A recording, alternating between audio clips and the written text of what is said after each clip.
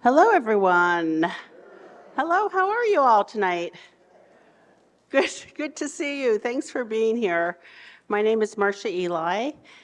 I get to say hello on behalf of the Brooklyn Public Library, the library's Arts and Culture team, BPL Presents, and the Center for Brooklyn History, which is where we are.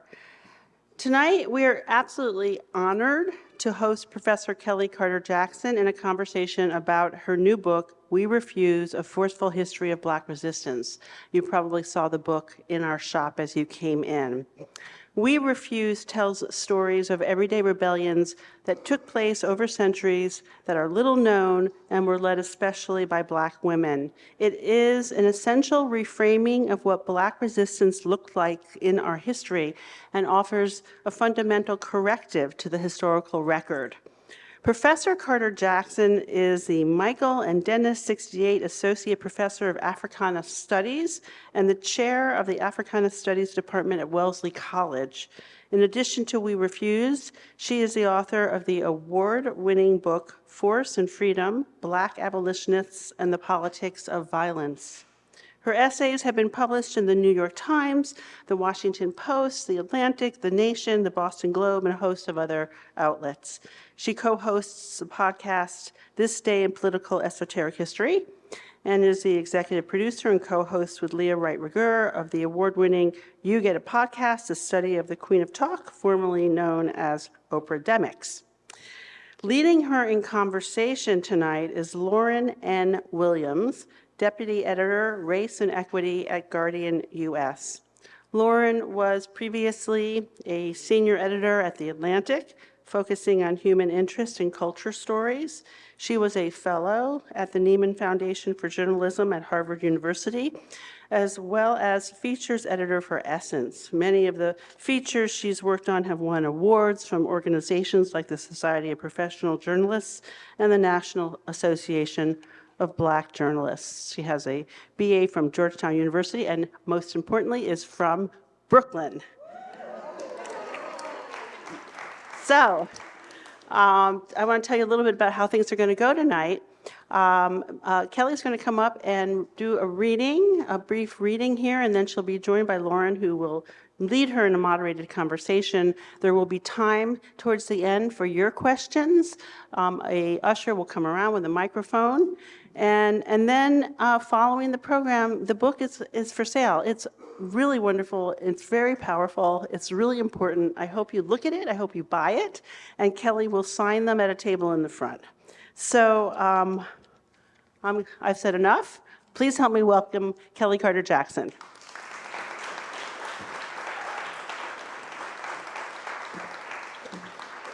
Hi, good evening. I am so happy to be here. I realize the last time I was here, it was 2019, so pre-pandemic. I was doing a book talk for Force and Freedom, my first book that came out. And so it feels really special to be back here giving another book talk for a new book. I'm just happy to share it with you. So what I'm going to read today is just a short snippet of parts of my book. I'm going to read from part of the introduction, and then I'm going to read a short part from Chapter 3, which is the chapter on force. My great-grandmother, Arnesta, was about 9 years old when she stepped on a rusty nail. Not long after, infection began to set in, likely tetanus. Her mother, Mary Bullard, was frantic.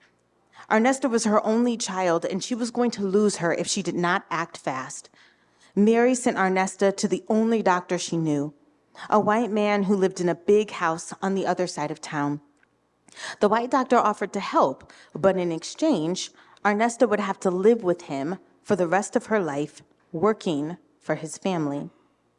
Growing up Black and a girl in 1915 left her vulnerable.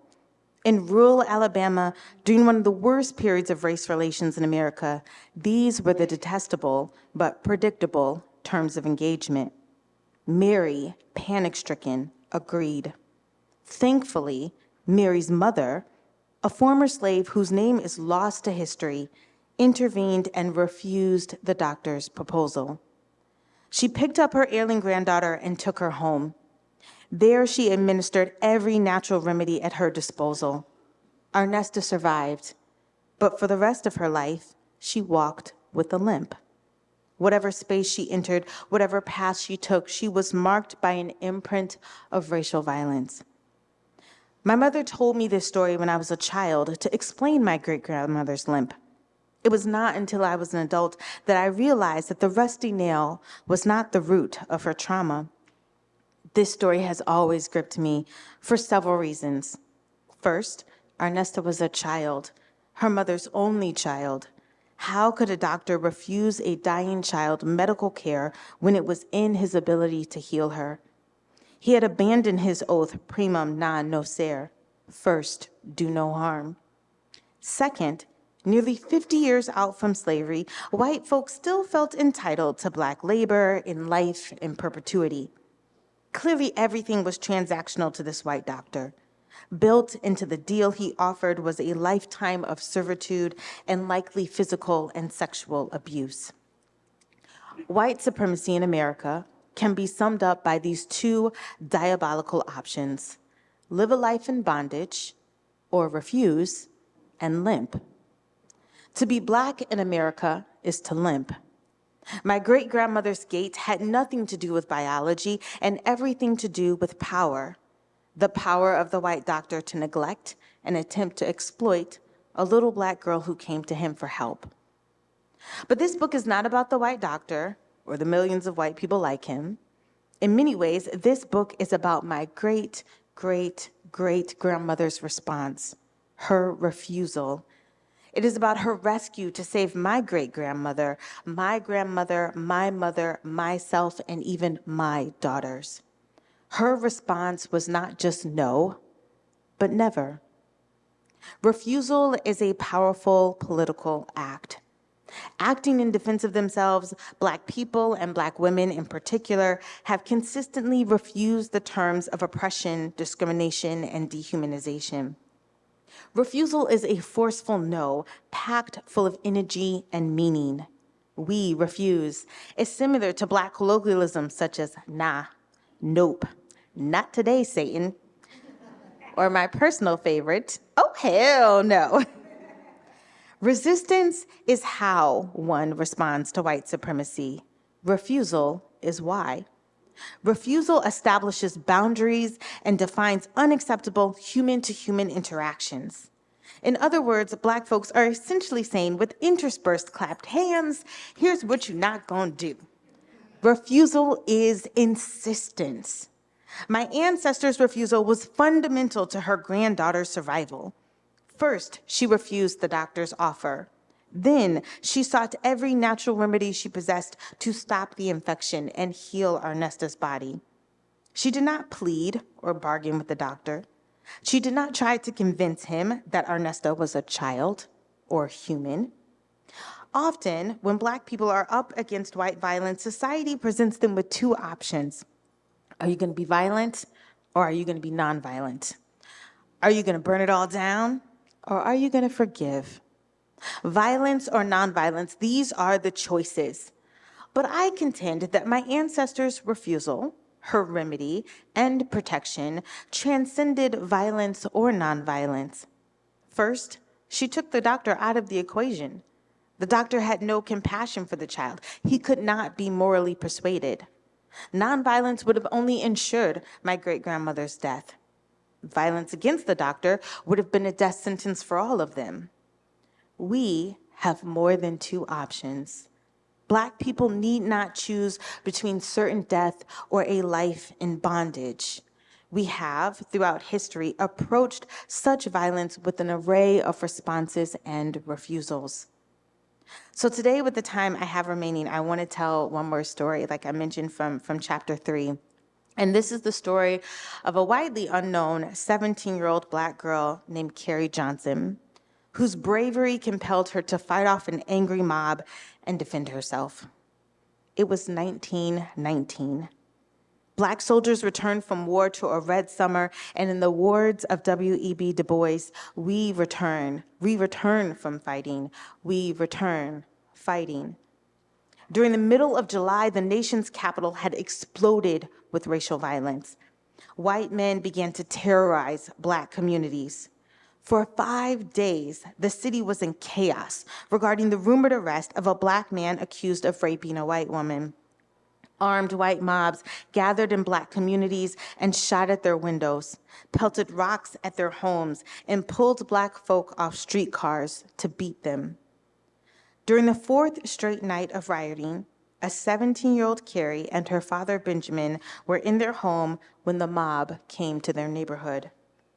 Their home was a modest 2-story brick house, and their immediate neighborhood was Black, but it was surrounded by white neighborhoods, and white residents greatly outnumbered the Black ones. Around 1,000 armed white people stormed the streets headed toward Black homes, such as the Johnsons. Armed with pistols and rifles, the Black community was doing all it could to keep the mob at bay. Sitting in her window overlooking New York Avenue, Kellie took pot shots at the white mob prowling the streets below. She clearly knew how to use a gun and understood the advantage of being higher up. She could see everyone from below as well as from a distance. And she also had good aim, hitting and shooting and hitting one of the white men storming her block. Though police officers were present, no police officer was interested in stopping the white mobs from destroying Black property and harming Black people. In fact, 2 police officers were notified of a person taking shots from a window and pointed to Kellie's home. At this point, Kellie and her father were hiding inside the house under the bed on the 2nd floor. 2 white officers broke down the front door of the Johnson residence and did not identify themselves. The house was dark and quiet. The officers crept up the staircase with their guns ready. They made it up to the 2nd floor and pushed their way into a dark bedroom. As the officers opened the door, shots rang out. Kellie started shooting from under the bed. Bewildered, the officers shot at the walls, but Kellie was relentless. She took several shots and hit Officer Harry Wilson twice. He fell to the floor. A bullet struck Kellie in her thigh. Another struck her father Benjamin in the shoulder, but they were alive. Officer Wilson was not. When the gunfire finally ceased, the officers dragged Kellie and her father from under the bed and marched them to the street in handcuffs. The authorities were baffled that a teenage Black girl had committed such an act of forceful armed defense. As people stood around wondering what might happen next, suddenly it began to rain and then pour. The torrential rain broke the mob's will to continue. Okay, so don't be mad at me, but you're gonna have to read the book to find out what happens to Kellie. Y'all not gonna kill me. But I will tell you how people responded to what happened, because this is what I find equally fascinating to the outcome of Kellie's life. It was the way that Black women across the country stand for this teenage girl. Everyone knew what she was up against, too heavy a load.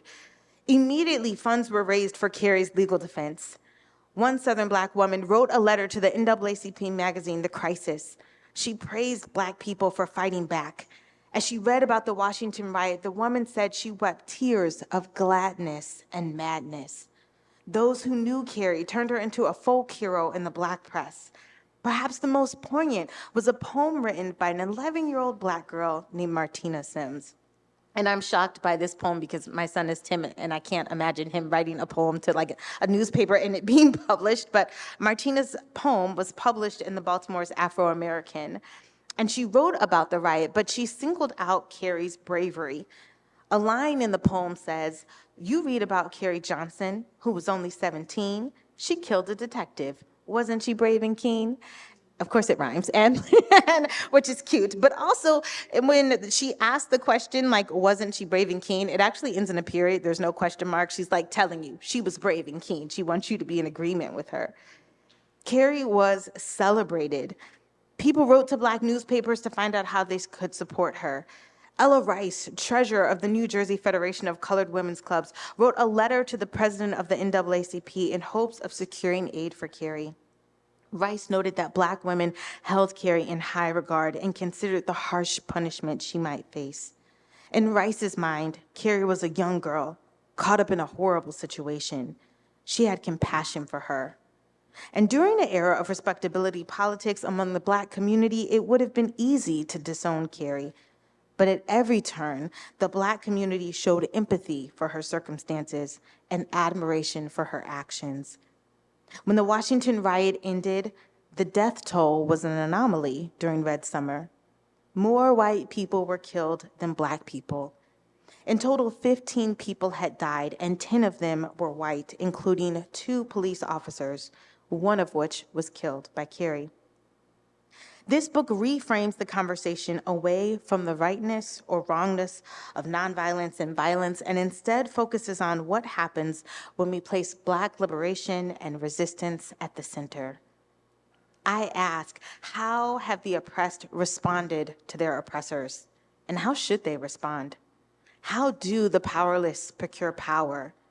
White violence is the perennial stumbling block to racial progress in America, but this book is not about how white supremacy has impacted the Black community.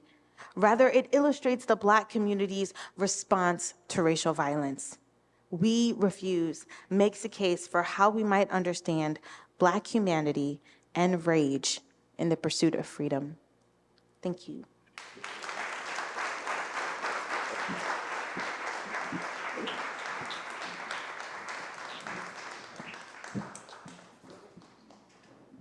Kellie, that was phenomenal. I'm so glad. Thank you.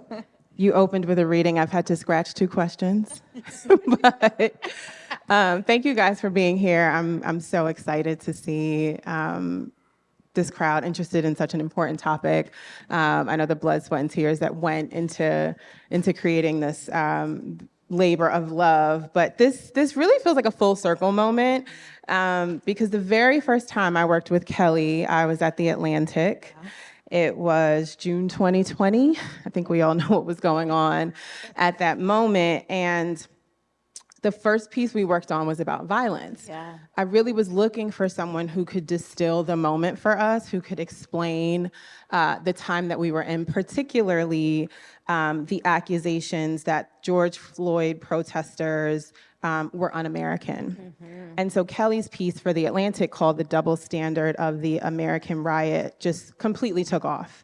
It was #1 on the site for days, and I think it just perfectly distilled this American hypocrisy that takes place when Black people are the ones engaging in forceful resistance. I just want to read a little piece from what you wrote in that piece. You said, since the beginning of this country, riots and violent rhetoric have been markers of patriotism.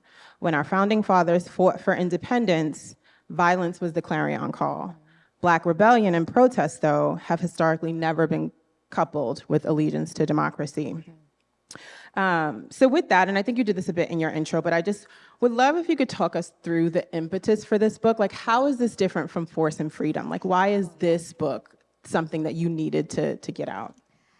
First of all, I'm so glad that you set this up this way, because that op-ed that I wrote is the reason We Refuse exists, because right after that article went viral, and during that same week, maybe 6 publishers reached out to me and they were like, is this a book? And I was like, sure. Sure, yeah, it is. You know what it is. And then I was like, oh crap, I gotta write a book. And that is really how this book started. I was not intending to write this book. I had a whole nother project that kind of got canned because of the pandemic. I was writing about the only Black passenger on the Titanic. I'm still writing. Please write that book. Yes, I'm still writing that book. But this sort of sidetracked me, but in a really wonderful, powerful way. And so part of the reason I wrote the book was because I was mad. I was angry. I was frustrated. 2020 was a hell of a summer. And I just felt like instead of having this racial reckoning that everyone was talking about, we got trinkets, we got Aunt Jemima's pancake mix changed, and we got like some street names changed, and we got like, maybe some statues came down, but it was all like very symbolic. It wasn't the structural change that people really wanted. And I don't think we sit with Black anger enough. don't think we talk about Black rage enough, and really what's at the heart of it. And I pull from Audre Lorde, because Audre Lorde is like, yo, anger is useful. Anger is information. Like, when you see someone that is angry, your question should be, tell me why. Like, tell me more. And we don't do that with Black people. And so We Refuse is really a way for me to sort of articulate my anger, but to also push back on this meme that came out like in 2022 that had me pissed. Who writes a whole book to respond to a meme? But like, I do. Like, the meme was like, and I might be botching, but it's like, don't push me, I'm not my ancestors, or some garbage like that. I was Very like, disrespectful. What? So I wanted to write a book that was like, do you know what our ancestors have been doing? We have been refusing since day one. We are like the OG refusers. So this book is also a way of saying, like, look at all the ways that Black people have responded to white supremacy. And some of it is nonviolent and some of it is violent, but it's worth reckoning with that past. Right. And on that note, I want to talk about the cover, because I think you're distilling a lot here. You're saying a lot. So I don't know if you guys have seen, but it's this majestic Black woman, hair full of locks, beautiful white dress, and she's wielding a shotgun. Yes, she is. So I'm curious about the creative process, you working with the artist to design this cover, and what your vision was. I actually did not work with the artist. The artist is Taha Clayton. He's amazing. He's a Brooklynite. And my editor went to his art exhibit. And so there was an art exhibit, it's like 4 floors. This was in, I think, Western New York or upstate New York.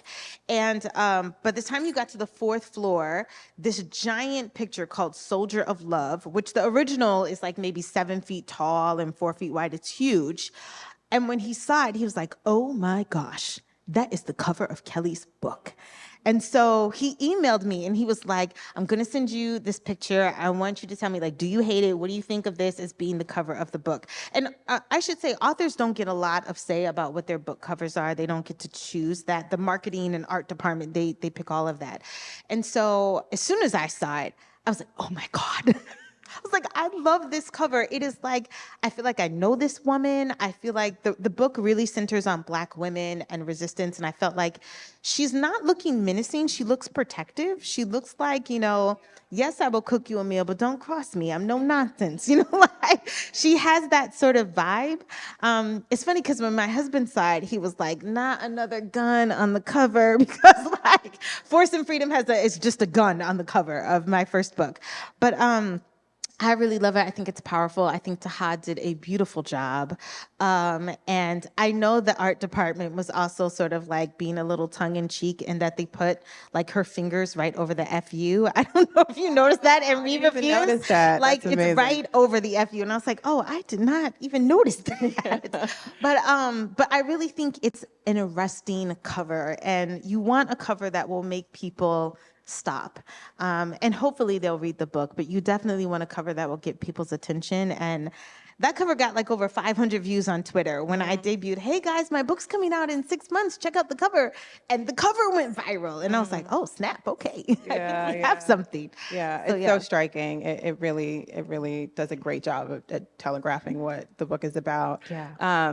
So the book is divided into 5 chapters: revolution, protection, force, flight, and joy. And I'm just going to touch on each of those with a few questions. Yeah. But back to the idea that certain revolutions are legitimized and others aren't. You say the Haitian Revolution was a true revolution, unlike the American Revolution, which you don't consider a revolution at all. So let's talk more about that and the thinking behind it. I don't see the American Revolution as revolutionary because nothing changed in the lives of Black people. Nothing changed for Native Americans. Nothing changed for women. Nothing changed for poor white people. Revolutions are meant to replace broken systems with better ones. They're meant to create sort of new world orders. And when you think about the American Revolution, it was merely independence from Britain. You replaced like a distant power with now a local power. But nothing about it is revolutionary. Now, I do think that the ideas and the principles that like the founding fathers thought of was brilliant. And I say that like if and I put this, maybe it's in the book, maybe it's in an op-ed, I can't remember, but I said that if America was conceived in 1776, it was born in 1863. I really see the American Civil War and the Emancipation Proclamation as a revolutionary act that fundamentally changes the United States. Reconstruction is a revolution. So there is an American Revolution, it's just not in 1776. And I say this with Haiti because the Haitian Revolution, it's really the only revolution in the age of revolutions with the American, the French, and the Haitian that actually abolishes slavery. They're like, when we talk about liberation, when you talk about give me liberty or give me death, you can't talk about that without abolishing the institution of slavery. And so Haiti does that. I mean, they become the first all-Black republic in the Western Hemisphere. They establish citizenship and rights for all of their people. It was a revolutionary moment, and that's just undeniable. And I think when we think about revolutions, we have to be honest, because it's not like, I think we think revolutions are like, we ride at dawn, like this really like scary, apocalyptic, burn it all down chaos. And revolutions actually are just like clean water for everyone. Like it's about like literacy for everyone. It's about like a world that is just and better for everyone. And it actually shouldn't be that revolutionary, but in the way that we understand it, we have this very like violent idea of what change looks like. But I think that's intentional. If people can get you afraid of change, if they make you feel like freedom is scary, or that if people have certain rights, they're gonna harm you, I think that's part of a narrative that's worked quite effectively to our detriment. Well, to that end, you actually see that there are certain moments in American history that could be characterized as revolutionary. I'm thinking of Reconstruction. Yeah. So talk about why you feel like that period in time kind of fits the sort of revolutionary. For sure. I mean, when I think of the Civil War in general, but certainly the Emancipation Proclamation frees 3 million of the 4 million people enslaved. By the time you get to the 13th Amendment, it's like a coroner's report. It's like time of death, because slavery has just died on the ground. And within a short amount of time, you have the 13th Amendment, which abolishes slavery, the 14th Amendment, which establishes citizenship, the 15th Amendment, which grants Black men the right to vote. You get people who were enslaved now serving in Congress. Like, you get people who were enslaved now coming to DC as senators. Like, no other hemisphere, no other country in the Western Hemisphere has that kind of drastic change, except for Haiti. Haiti does have Black leadership, but like that doesn't happen in Jamaica. That doesn't happen in Brazil. That doesn't happen in like these other places where you get enslaved people coming into political power and maybe not having all-consuming power, but certainly drastic influence. With Reconstruction, you get universal primary education. Public school is made available to all children. You get the first public health departments, because Black people and white people weren't really dying from bullets in the war. They were dying from disease. Like, disease took out 3/4 of the people that died during the Civil War. So you get the first public health departments. You get major change wholesale. And it's short-lived. The revolution is very short-lived, about maybe a dozen years, if you want to stretch it. But America changes drastically. And then, of course, there's the backlash and the retrenchment and all the things that happen after that. But I don't think enslaved people could have imagined just how quickly change could have come within a 10-year period. What that would have looked like to have been, in your 20s in 1854, and then to live through all of that progress, to go from being enslaved to owning land and voting, it's just remarkable. Yeah. I loved your quote in the book. You said, the hardest part of revolution is not winning, it's protecting and sustaining what was won. Which gets us to protection. The next chapter in the book. So you make a distinction between protection and self-defense. So could you just elaborate a bit on the difference? Self-defense is like individual. If someone's coming at you, you defend yourself. But there's a reason I made the book like We Refuse and not I Refuse, because I feel like everything in the Black experience that is liberatory, is about the collective. It's about how we think of not just ourselves, but each other. And so protection is not just for yourself or your household or your family, but it's for your kin, it's for the community, it's for strangers, it's for fugitive slaves that come knocking on your door. Protection is for everyone. And I think of like how in the abolitionist movement, protection was everything. Secrecy was everything. You had to protect these fugitive slaves. But I even think about, like, fast forward into the 20th century, I think about the Black Panther Party and how they first came into like creation thinking about guns and protecting Black people from police brutality. And within a year of their inception, they were like, oh, the guns are not working for us. They're not working in our favor. You know what we need? We need to feed our people. We need to create literacy programs. They had this astounding, robust free breakfast program that fed every child in the community, regardless of age, race, income. They had these, ambulance programs that would get you to the hospital if the ambulance wouldn't pick you up. They had free health clinics. They had free sickle cell testing. They had literacy programs. They taught you about the law. I mean, they were like, the best way we can protect our community is by making sure that you are fed, that you are healthy, and that you are educated.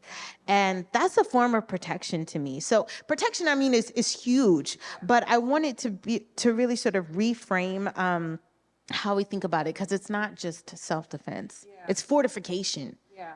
You brought up in the book Margaret Garner, who, most of us know via Toni Morrison's Beloved. Yeah. But in her act of, killing her child, Margaret Garner had escaped from slavery for maybe a few hours, days before they were coming together, and she killed one of her children because slavery was worse than death. But you just protect them, right? Yeah. You described that as an act of protection. What really struck me about that anecdote is then another woman, Mary Ann Shadd Cary, the abolitionist, who then publicized Garner's story as like heroism. Yeah. And so one thing that you make really clear throughout the book is like messaging is really important. Like when we think of the Black press, when we think of abolitionists. So can you talk about how not just acts, but the way people sort of like distill information has been important to movements? Man, like protect the narrative at all costs, protect the story, because with Margaret Garner, she's seen as this woman who's unhinged, who's crazy, who's lost her mind, but kind of a mother would kill her child. Margaret Garner was 19 years old. She had 4 children. Like, I want to say that again. She's 19 and has 4 kids. Like, she knew what the violence of slavery was. She knew what was awaiting for her daughters, especially the daughter that she killed. And she didn't want that for them. And so she escaped with her family, with her husband, their 4 children, and her in-laws, and only gets it for a few hours before it's all taken away.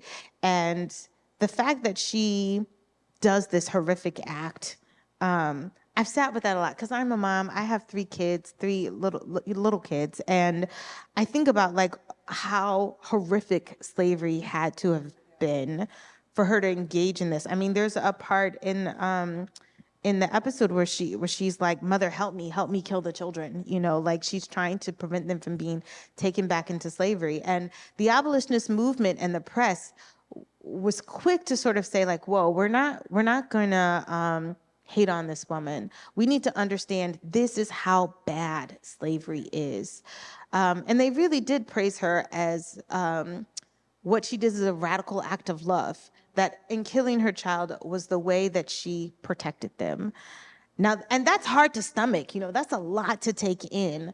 But I think it tells us not a lot about her, it tells us a lot about the system in which she was living. Moving on to Force, one of the things I love about the book is you have these familial anecdotes that just really illuminate what the chapter is going to be. And the Force one is my favorite because, and I'm going to let you tell this story, but you're cleaning out your grandmother's retirement home apartment after she passes away, and you find a gun in her drawer. Yeah. So talk to me about what your family went through and what that meant for you with regard to the book. Yeah. So each chapter starts with a short like family anecdote or personal family story. But When I had just graduated college and my grandmother had passed away, and we all went to Detroit where she lived to clean out her apartment. And my grandmother, Reader was her name, Reader like a person who's reading a book. But the way Black people pronounce it sounded like Rita, but it was not Rita, it was Reader. She was the sweetest, she made lemon meringue pies all the time that I loved, and like cookies, and like put sugar in everything. Like she was just like the quintessential Black grandma, Southern Black grandma that had migrated from Louisiana to Michigan or to Detroit. And when we were cleaning out her stuff, and my dad opened like her nightstand table and saw a pistol, like a 22 fully loaded pistol and a box of bullets. And we were like, what? And the funny thing is like, I'm one of 7. So all of us, we were like, Grandma's got a gun? We erupted with laughter. Like we could not, none of that we could reconcile with the woman that we knew. Even my dad was like, I didn't think I grew up with guns in the house. Like he had my dad's like rusty old shotgun, but like nobody ever used it. It was never something they talked about. But I realized that my grandmother sort of was signaling to the fact that like she had this gun in different ways, in which she told me a story about how when she was young, her brothers would go to jail on the weekends. And I was like, what do you mean they would go to jail on the weekends? And she was like, yeah, the white men would get drunk in town and they would lynch Black people. And so if you were in jail, you were safe. And I was like, what? Like, I couldn't imagine jail being a safe space. I couldn't imagine, like, it's Friday night and the sheriff's like, come on in. Like, that's your alibi. If you're in jail, nobody can say that you were out caught up in shenanigans. And then Sunday morning, everybody goes to church. And that was the world that she lived in Monroe, Louisiana, where it was not safe to be a Black man on the weekends. It was safer to be in jail. And so she took that ideology and culture and practice with her all the way to Detroit. Like she was a Southerner at heart. She understood the violence of white supremacy. And I think that's why she had that gut. She was a single woman living alone. She was a widow as well. She did not play around with her safety. I also remember do you guys remember that little crank thing you used to put on your cars? What are those things? The club, yes, the club. She used to always My dad still uses the club on the car, on the steering wheel, and lock it in. Like she did not play around. And so now I'm like, you know what? That tracks. All of this tracks. But at the time, I think it gave me, as someone who grew up in the suburbs, a new appreciation for arms and for gun ownership and for gun ownership in the Black community. People didn't brag about it. It wasn't something that you boasted. It was something you kept discreet. It was made purely for protection. And that's all that was needed to say about that. Yeah, and that's also why I really appreciated the Carrie Johnson anecdote, like the 17-year-old girl who's empowered with this gun, she's protecting her family. And you noted, again, I'm because I'm a journalist, I'm so interested in media narratives. When the Washington Post was reporting on it, they were kind of centering the widow of the cop, the child. They wouldn't say that Carrie was a 17-year-old girl. They said a Negro. Right. But the Black press assumes a man. Right. But the Black press, could you talk about like how they made a point to The Black press was like a 17-year-old hero. Right. It's so funny to me. Like if you go back, especially to like the height of the Black press, it's like reading the same story in two different ways, because the white press is not at all going to, literally the headline said like white officer killed by Negro. And then the whole narrative is about like his widowed wife, their child. They left the city after that and moved to Canada. But the Black press is like, Carrie is a boss. How can we help this girl? They're publishing, like I mentioned, the poem of the little girl gets published in the Baltimore Afro-American. They're trying to raise funds for her. It's a constant story in the press, too. It's not just a one-off, hey, this happened. It's like, let's follow her and see what happens to her in this trial. And it just was astonishing to me how much support that she had. And not just from the press, but also from like the NAACP and, the National Organization of Colored Women. Like everyone was concerned about what was going to happened to her. And I feel like the press, the Black press, was also engaged in this protective work. Like, it understood it needed to protect her as a youth, as a girl, but also to come to her assistance as much as they could to raise funds on her behalf. Yeah. In terms of sort of movement building as well, you talked about Malcolm X's famous line, "The ballot or the bullet," and I'm just going to read a bit from Malcolm X's speech in 1964. This is why I say it's the ballot or the bullet. It's liberty or it's death. It's freedom for everybody or freedom for nobody. America today finds herself in a unique situation. Historically, revolutions are bloody. Oh, yes, they are. They never had a bloodless revolutions. Revolutions overturn systems. And you talk about how it's a Black woman who persuaded him to use that forceful, violent language, which completely blew my mind, because I think the way we think about Malcolm X and Martin Luther King is like these are polar opposites. One is nonviolent, one wasn't. But this was a Black woman who inserted that idea into the movement. Gloria Richardson. Gloria Richardson, I love her.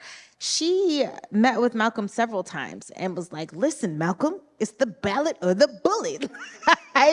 And she told him that repeatedly and basically said, you've got to put this in your speech. These are the only alternatives. To convince him. Yeah, convince him, because for her, I mean, Gloria Richardson is doing the Lord's work, like community activism. She's talking about police brutality. She's trying to organize her community, and she is not afraid of guns. There is a classic picture of a book. It's called Our Struggle is Eternal. It's about the life of Gloria Richardson. But the cover of the book is like it's like a National Guardsman, and he has a gun. And Gloria is like pushing his gun away. Like, she's giving him the ultimate side eye and sort of like, get that gun away from me. Like, the picture is iconic. You got to look up this picture of Gloria Richardson. It's epic. But at the same time, not as while she's sort of like pushing his gun away, she's also saying like, guns are needed. If we don't get what we're needed, like, we are going to force it. And so when Malcolm X puts this line into his speech, it becomes the title of his speech. He gives the speech like 2 or 3 times. It also is listed as like one of the greatest speeches of all times, like one of the top 100 speeches in American history, is Malcolm X's The Ballot or the Bullet. Interestingly enough, Frederick Douglass gives a very similar speech about 1 month after Lincoln is elected. He says, it's going to be the ballot or the bullet. We have had enough and we are sick of it. And I was like, Freddie Doug. In 1861, he's saying the same thing. Like, those are sort of the only options. It's freedom or it's all out violent revolution. And those, I think, are stark options, but necessary ones, because people needed to know, like, this is what is at stake. It's life or it's death for Black people. In your next chapter called Flight, you open with the Great Migration, the period between 1890 and 1970, where 6 to 8 million Black Americans left the South for the North, the Midwest, the West. My people came from Charleston, South Carolina to Brooklyn in 1910. Your folks, Louisiana, Mississippi to Detroit. And you have this quote, wholesale abandonment is the other side to revolutionary violence. And the idea that fleeing is a form of resistance kind of just feels a bit incongruous. And so I'd love for you to talk, like, and I like that Flight comes right after Force too, like as these sort of like equal ways to resist. But how do you reconcile that leaving something, that abandoning something is also violent resistance? It's a form of resistance as well. I think, it's like a common colloquialism, like in Black America. It's like, my name is Bennett and I'm not in it. Or like, I'm out, I'm not like, I'm a lover, not a fighter. Like this idea that Black people are like, you know what, I'm taking my ball and going home. Like, I'm leaving, I'm out of here. I can't tell you how many conversations I've had with friends just about this current election. Like, where are we going? Where are we going going to Canada? Are we going to Ghana? Like, depending on how this election turns out, like, flight is so common in the Black experience. Like, every single war, the American Revolution, Black people are like, masses gone, we're out. Like, and they leave the plantation in droves. Like, Georgia lost like 15,000 enslaved people during the American Revolution alone because people just left the plantation. Same thing with the Civil War. I mean, people are leaving in droves. Like, they're trying to get to Union lines. They're trying to get out of Dodge. Black people left the South to get to Canada, to go to Europe, wherever they could be safe. Same thing when you think about the 20th century. My family left the South for a couple of reasons. One, I think racial violence was always an issue, but also there was opportunity in other places. And so if you could work for Ford or Chrysler or GM, those were good paying jobs. And so a lot of my family went to Detroit to have better opportunities for their children and to free themselves from, you know, the hardship of sharecropping. And then it's funny too, because within a generation of that, my parents left Detroit and moved back to the South. They went to Houston, Texas. And it's like, there's a constant, oh, look, that's me. That's my alarm, sorry. Let me stop that. I would be the one to have an alarm go off. But yeah, I feel like that is a constant refrain in which Black people, if they can get out of Dodge, if they can leave, that they will. But the thing about flight is that it's complicated. You know, not everybody can leave. Flight is privilege. Not everybody can take a vacation. Not everybody's got a passport. You know, if you think about the countries that can come into the United States without a visa, none of them are Black. If you're British, if you're Italian and you want to come for a holiday, you can do that. You can't do that if you're from Botswana. You can't do that if you're from South Africa.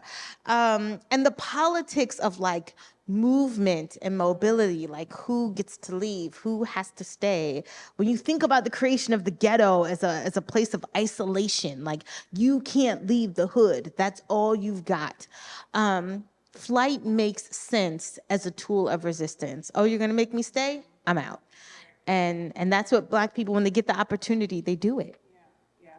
I'm going to move on to Joy. This is my last question before we open it up to the audience. So please get your questions ready for Kellie. But you end on Joy, which I absolutely love. And I'm just going to read a passage from it because I think it just really captures the chapter. You're quoting Professor Charles McKinney from Rhodes College. Yeah, I love Chuck. And it made me tear up the first time I read it. He said, "We are not solely the history of fighting white folks. That is not who we are. We are double Dutch in summer. We are letting the air out of Big Mama's house. We are Uncle Ray's jokes on top of jokes. We are collards, second lines, and blue lights in the basement. We are swagger in the midst of chaos. We are reunions and step shows. We are the borough and the bayou. We are the church till 2, the corner till 4.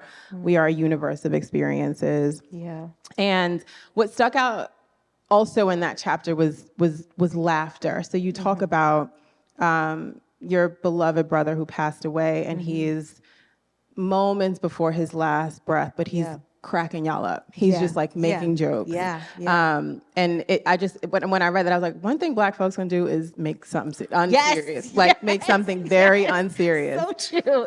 So could you just talk about where joy fits into sort of like revolutionary, this idea of force and refusal, like where that fits in for you?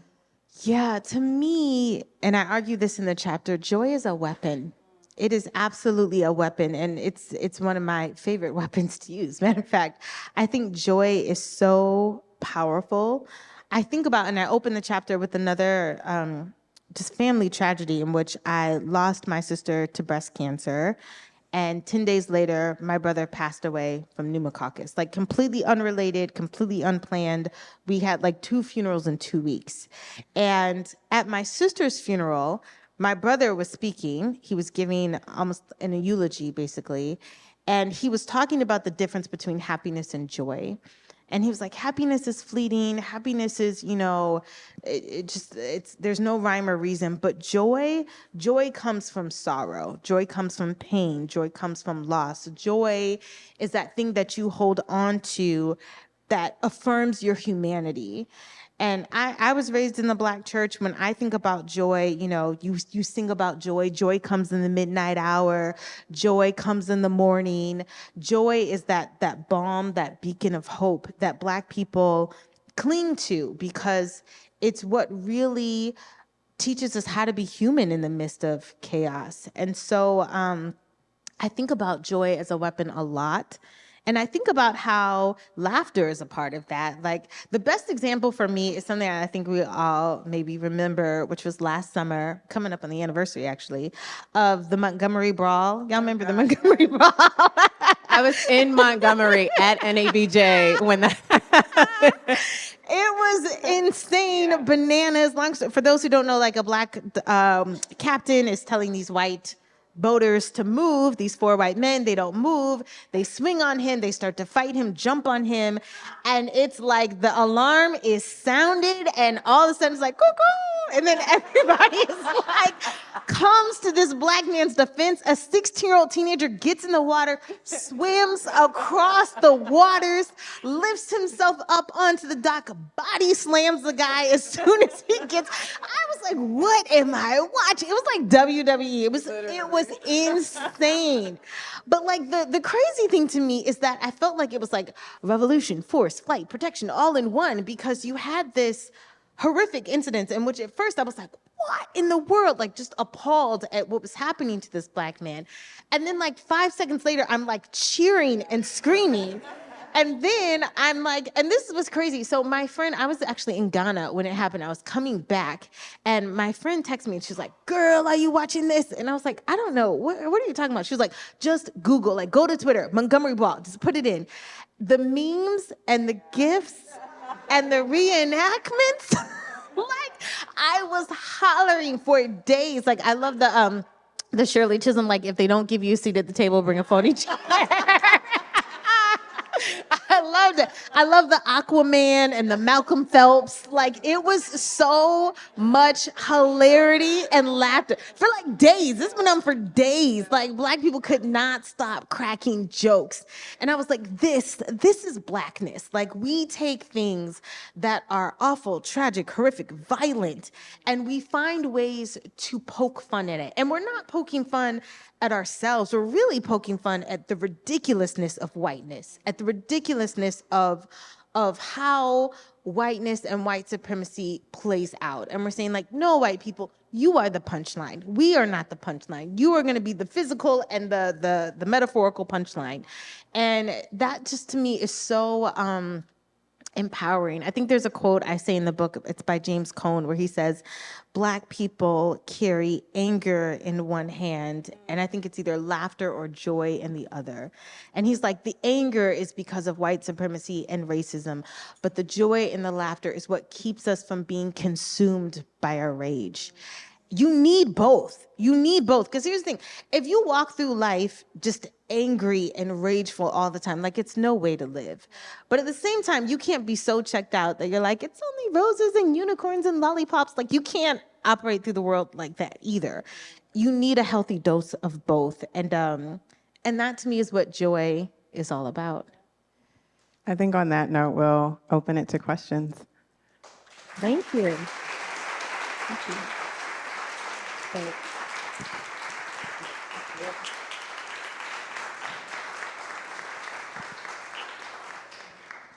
Not all at once. There's one. Oh, here's one. Oh, do you have a mic? Yes, thank you. Thank you. Thank you so much for this. I've been thinking a lot in the last couple of days about the strong likelihood of the National Labor Relations Board being ruled unconstitutional by the Fifth Circuit. And I'm wondering if there are any stories about Black labor activism as an act of refusal and resistance, not only refusal against the bosses, but also against labor unions that were discriminating based on race. Oh, that's a good question.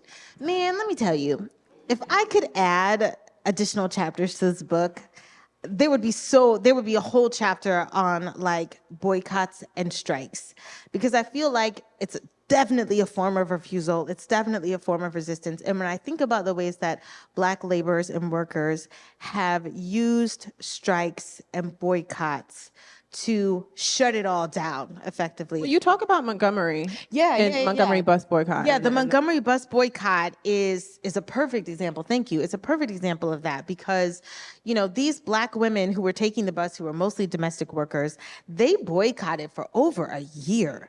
I mean, to the point where they had developed new patterns of life systems for themselves. It's like when they're like, no, you can ride the bus now. It's like, well, I lost 15 pounds walking, so I don't know. People, it was sort of it was a different kind of victory in some sense because people had changed themselves so much because it took so long. But I think about the washerwomen strike. This is like at the end of the 19th, early 20th century in Atlanta, where Black women are like, no, we're not washing your laundry anymore. We're not doing this for pennies on the dollar. And they basically collectively striked and they said, we're not doing this. I think about A. Philip Randolph and the Sleeping Brotherhood of Porters, which basically said, no, we're going to have our own Black union. You won't let us in your union. We'll make our own union. You need our labor. I think Black people have always understood the importance and the indispensable value of their own labor. And that in and of itself is a whole, you could do a whole chapter just on you could do a whole chapter on quitting, like just the joy of quitting. You know what I mean? Like, Black people love to quit a job. Like, let me tell you, they got the speech ready. Do you know what I mean? Like, oh, I can't wait till I go in today. I'm gonna tell them my 2 weeks is up. I might leave right now. There is something joyful about quitting a job, sticking it to the man, and some of that is universal, but there's definitely a whole chapter to be written about joy. Yeah, I could add easily 3 more chapters to this book, but my publisher was like, cut it. We need to get this out. Anyone else? Is that Jimmy? Right here? Okay. Oh, they're coming with that microphone. Oh, there's one here. Okay. Hello. Hi. I feel like what's happening more currently is everyone talking about agreeing on a way to intervene and a way to resist. We all have to back up one idea as opposed to just do what you think is gonna work, whether it means swinging, getting a gun, ballot, organizing, feeding the children like the Black Panthers. I wonder what you think of how important is it that we have a one single coordinated attack in one single way that we agree on, which we don't even agree on things anymore, versus listen, just do what you can. Pick one part of the puzzle, do what you can. Because I find myself trying to invite people into my ways that I believe is resistance. They don't want to do it. So how important is it that I try to get people on my team or just encourage people to do any? Yeah, that's tough because consensus is nice, it's efficient. But I don't think that that's how we're going to accomplish things. I do think it's an all hands on deck approach, but I think sometimes when we rally behind one idea or cause, I'm a little skittish of that because I feel like the opposition is always take me to your leader, Leaders get assassinated, just straight up, leaders get assassinated. I feel like we're much more, no, you have to deal with the collective. You have to reckon with the group, not just one person. I think that makes it much more difficult for deals to be negotiated on behind back doors, right? Behind the knowledge of the group. But I also think that it takes everything. I think one thing that my students have taught me over the years is that I don't really like binaries. I don't really it's this or it's that. It's right or it's wrong. It's good or it's bad. It's violent or it's nonviolent. That's just not the world that we live in. It's very, very complicated. And it can never just be a one size fits all kind of solution. So I'm always for if this works for you, do it. If this is blessing your community, then do it. Whatever works for where you are, context matters. And I do say in the book, there's a film that I love called Burn, came out in 1969 with Marlon Brando. And there's a line in there that's a banger where the key actor, Jose Dolores, says, it is better to know where to go and not know how than how to go and not know where. And essentially what he's saying is Black people know where we're going, toward freedom. We may not know how to get there, but we know where we're going. White people don't know when they're going. They don't know where they're going. They just know how. And that is destruction and violence and theft and hoarding. And that leads to a road of nothingness at the end of the day. So I don't advocate for 3-point plans and solutions and the equation and the formula. I steer away from that a lot in the book, not to throw shade at other authors, but I'm just like, there's no how-to racism, y'all. We're not gonna solve this with some DIY stuff and you're doing yourself. That's just not going, we're not gonna be done with this by 2030. That's just not how it's gonna happen. It's going to take everything in all hands on decks. We have to be creative. We have to take in every idea. We have to do it at the local level, at the state level, at the national level, at the global level, because anti-Blackness is global. It needs every idea. And that's what I push for more than anything. Anyone else? All right, over here. Harvey, we have a question over here. Right in the front Right in the corner. front row.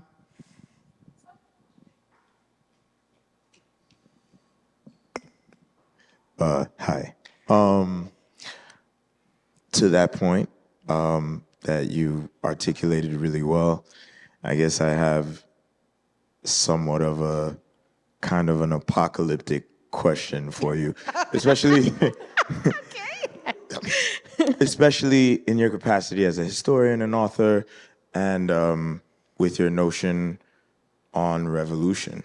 Everything you just said, I agree that, and to the question that was just raised, that there's a lot of pieces to this puzzle, and there's a lot of ways that we need to show up in order to do the thing, and a thing that's not going to happen by 2030, it's not going to happen by 2040, whatever the case.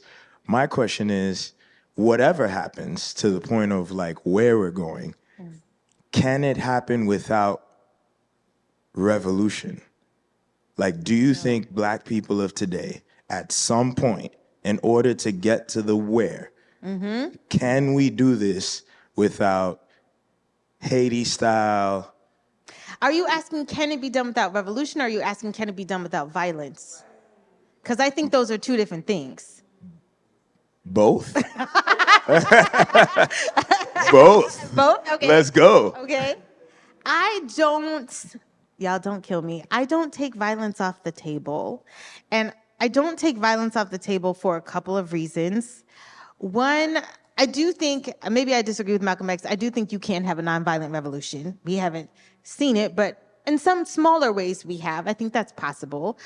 I don't take violence off the table because I think that when Black people are responding to oppression, we've been too quick to label that violence. And so maybe I would say I don't take force off the table. I've said in Force and Freedom, violence is always forceful, always. But force is not necessarily violent. So force is a boycott, force is a strike, force is your vote, please vote this fall. Force is a lot of different things. And I absolutely think you need force in order to bring about the change. No white people are you know what? Here's reparations. That's just not going to, that's just not going to happen. I do think you need radical change. You need forfeiture. And I think when you use words like forfeiture, people get scared. Forfeiture is key. If Lauren has 10 and I have 2, she's gonna have to give up some in order for us to both get to 5. There's no other way it's going to work. There requires subtraction to get to equality. And that's, I think, what terrifies white people a lot, is not necessarily the violence, but the forfeiture of it all. I also say in the book, I don't think white people are afraid of revenge. I think revenge is a white imaginary project. I think that what white people are more afraid of is justice, because justice is more costly than revenge. Black people aren't even consumed with revenge. Black people are trying to live their lives. You know what I mean? I don't think revenge is on the number one agenda for Black people. Most people are trying to eat, live their lives, have jobs, educate their children. I I just don't think that's part of the narrative. So the idea of revolution being a revenge project, I push back on that. That's not what we want. I want justice. But the idea that you can get justice without forfeiture, I don't think is possible. That you can get justice without force, I don't think that's possible. But it's tricky, you know, like, and I say it's tricky because I think because we have these really warped ideas about what this work is going to look like. And we haven't seen it done, and that doesn't mean it's impossible, but we haven't seen it done well and done with sustaining power.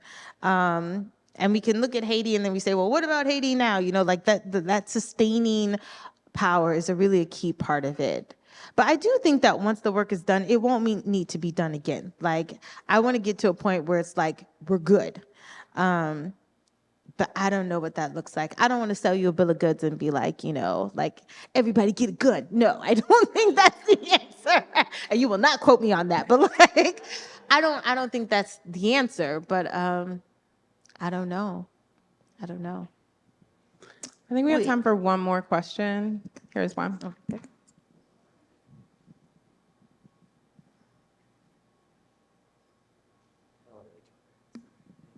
Hi. Hi. Lovely to be here. I think one of the things with 2020 with Eric Gardner was Black creatives using their art as activism.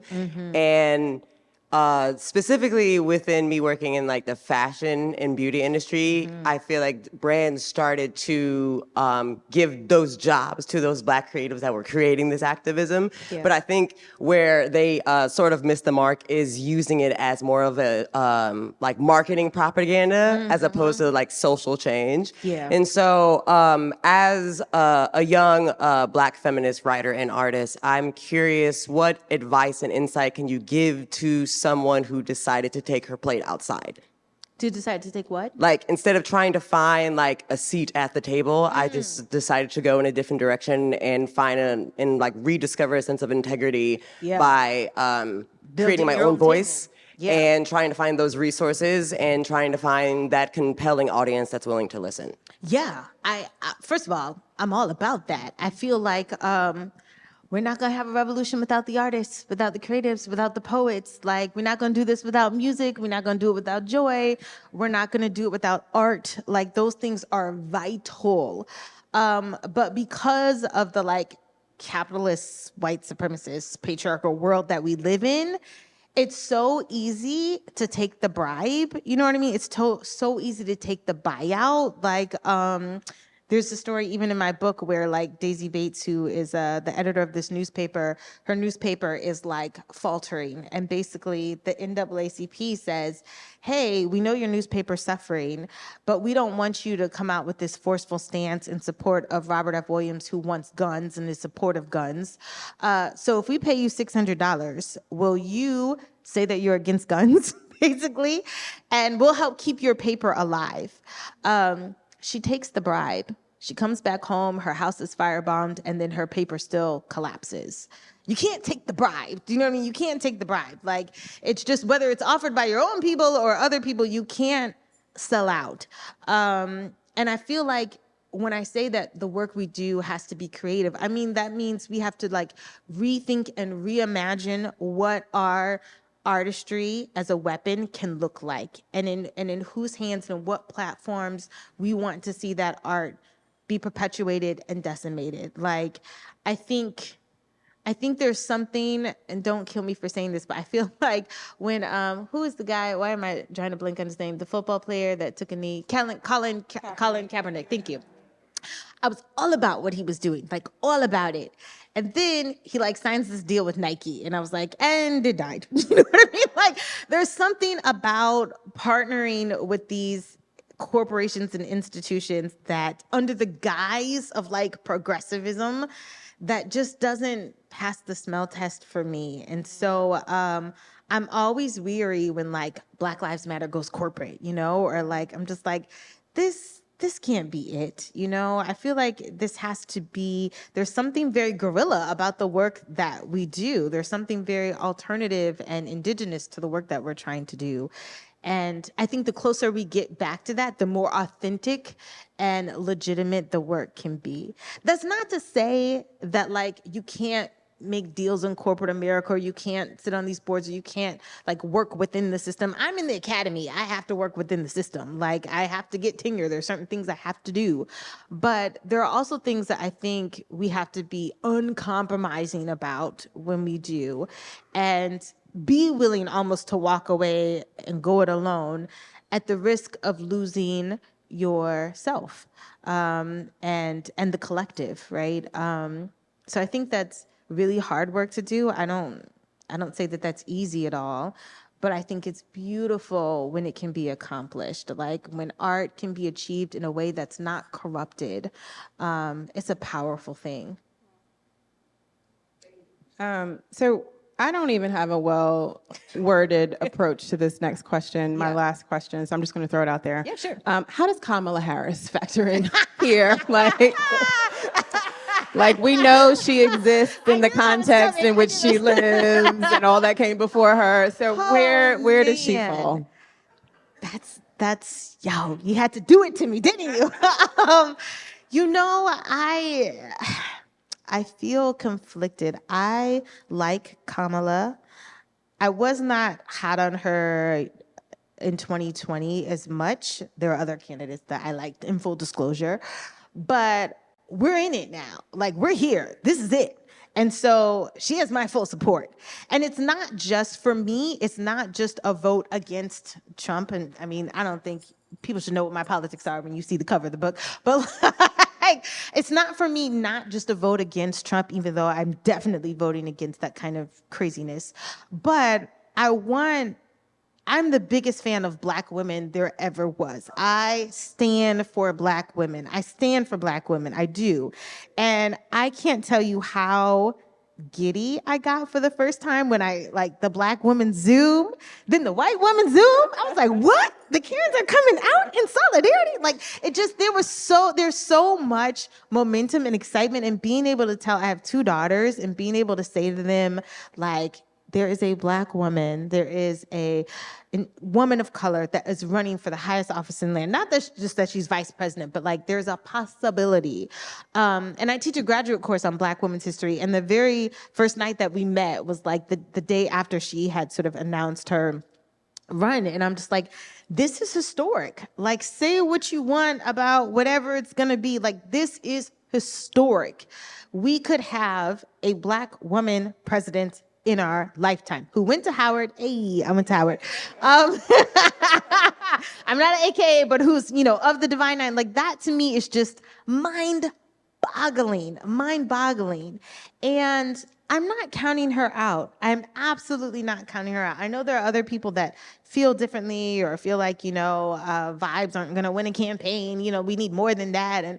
But I feel very hopeful, very, very hopeful. And I don't know what the world is going to look like for my children going forward, but my son is 10 and he's had a Black president, and he might have a Black woman president. He's had a Black woman vice president. He's living in times that the people I study, like the abolitionist movement, the enslaved, could not have imagined ever.